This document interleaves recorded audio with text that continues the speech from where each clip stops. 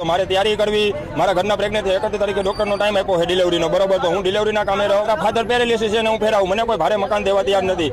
લાખાજી રાજ ઠાકોર અહીંયા રહેતા રાજકોટમાં, એ વર્ષથી અહીંયા બધાને 250 રૂપિયામાં જે તે સમયમાં જમીન અને ચૂનાના ભઠ્ઠા ઉપલા લેતામાં આપેલા કે તમે અહીંયા વસવાટ કરો, નદીના કાંઠે ચૂનાના ભઠ્ઠાનો વિકાસ થાય અને તમને રોજગારી મળે એ માટે. અને મત માગવા આવ્યા તો અમારા આયરનો દીકરો આયરના દીકરાને કોઈ ભારે મકાન નથી દેતો. તમે બધા 18 વરણ આયર, ભરવાડ, કોરી, દરબાર, રજપૂત, કાઠી, દેવી પૂજક સમાજ, હરિજન સમાજ, વાલ્મીકી સમાજ, મોમેડિયન સમાજ બધા રહે.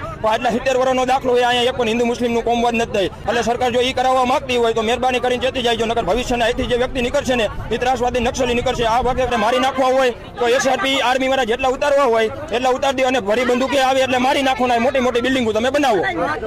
મારું નામ રાહુલભાઈ ડાંગર છે.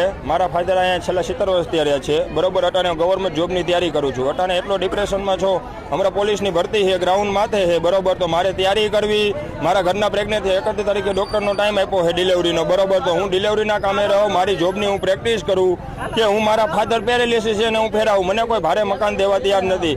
સરકારશ્રીને એટલું કહેવા માંગુ છું, જો અમે ભગતસિંહજીને બહુ માની છીએ, બરોબર. એ જેમ અંગ્રેજોની સરકાર સામે બોમ્બ ફેંક્યા હતા અને આંગળી બેરી સરકારને જગાડ્યા હતા, જો તમે એવું ન કરવા દેવા માંગતા હોય તો હું મહેરબાની કરીને એટલી તમારી પાસે વિનંતી કરું હું, આ તમે નાઈટ બાઈટના વારા કાઢીને, બરોબર, જેમ છે એમને રહેવા દો. તમારે ઉદ્યોગપતિને પૈસા દેવા હોય તમે તમારે અમારા અહીંયા આવીને અમે હપ્તે એને દઈ દઈએ. અમારા મકાન પારોમાં તમારે ખાલી પૈસા જોતા હોય ને અહીંયા મોટા બંગલા બનાવો હોય.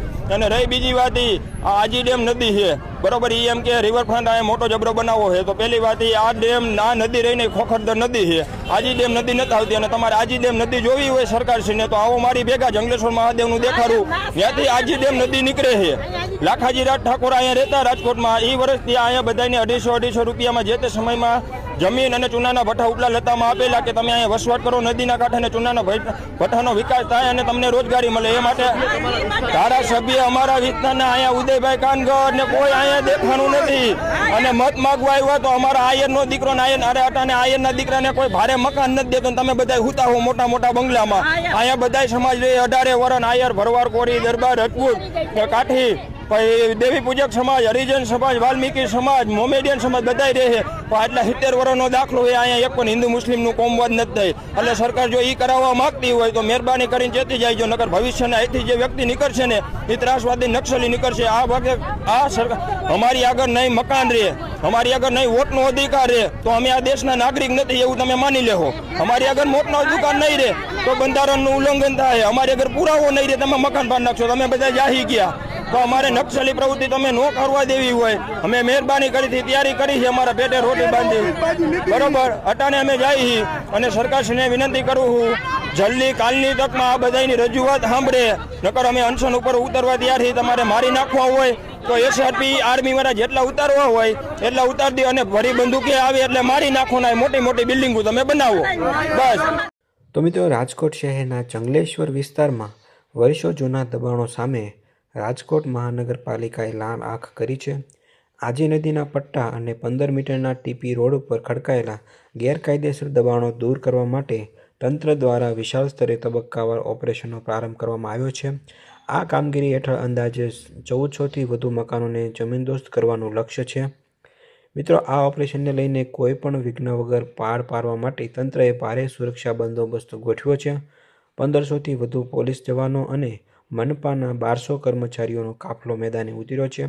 આ ઉપરાંત 206થી વધુ મશીનરી સજ્જ કરવામાં આવી છે, જેમાં 64 જેટલા જેસીબી, 7 હિટાચી અને 50થી વધુ બ્રેકર્સનો સમાવેશ થાય છે. અને કોઈપણ અનિચ્છનીય ઘટનાને રોકવા માટે ફાયર બ્રિગેડ અને મેડિકલ ટીમોને પણ સ્ટેન્ડ બાય રાખવામાં આવી છે. બીજી તરફ સ્થાનિક રહીશોને મનપાની આ કાર્યવાહીને ગુજરાત હાઈકોર્ટમાં પડકારી છે. સ્થાનિકોએ અરજીમાં તાત્કાલિક સુનાવણીની માંગ કરી છે, જેના કારણે હવે સૌની નજર હાઈકોર્ટના ચુકાદા ઉપર ટકેલી છે. મિત્રો, મનપાના જણાવ્યા અનુસાર આ કામગીરીથી ટીપી સ્કીમ નંબર 6નો રસ્તો ખુલશે અને ટ્રાફિકની સમસ્યા હળવી થશે.